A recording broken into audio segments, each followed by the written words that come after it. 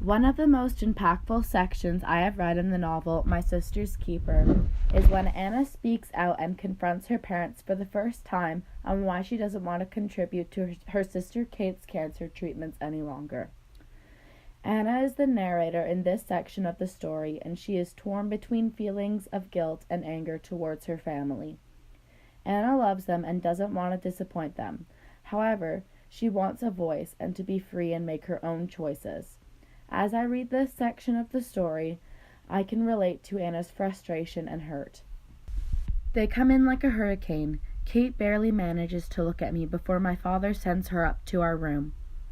My mother whacks her purse down, then her car keys, and then advances on me.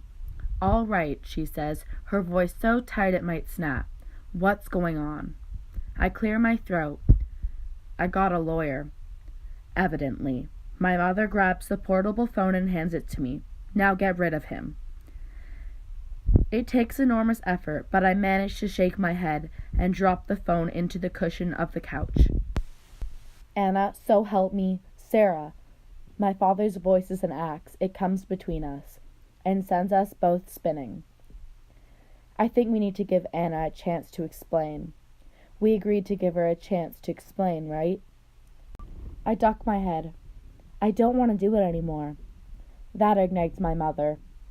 "Well, you know, Anna, neither do I. In fact, neither does Kate. But that's not something we have a choice about. The thing is, I do have a choice, which is exactly why I have to be the one to do this." My mother stands over me. "You went to a lawyer and made him think this is all about you, and it's not. It's all about us. All of us." My father's hands curl around her shoulders and then squeeze. As he crouches down in front of me, I smell smoke. He's come from someone else's fire right into this one, and for this and nothing else. I'm embarrassed. "Anna, honey, we know you think you were doing something you needed to do. I don't think that," my mother interrupts. My father closes his eyes. "Sarah, damn it, shut up." Then he looks at me again. "Can we talk, just the three of us, without a lawyer having to do it for us?" What he says makes my eyes fill up, but I knew this was coming, so I lift my chin and let the tears go at the same time. "Daddy, I can't." "For God's sake, Anna," my mother says, "do you even realize what the consequences would be?" My throat closes like the shutter of a camera, so that air or excuses must move through a tunnel as thin as a pin. I'm invincible, I think, and realize too late I have spoken out loud. My mother moves so fast I do not even see it coming, but she slaps my face hard enough to make my head snap backward. She leaves a print that stains me long after it's faded. "Just so you know, shame is 5-fingered. Families are not easy, and I can relate to this dilemma. Sometimes, what we feel is right for us, but may not be the ideal for others.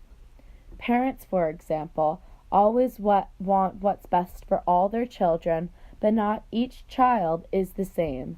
I can relate to Anna's feelings of frustration, as I have had many arguments with my parents as they worry about me wanting too much freedom and independence at a young age.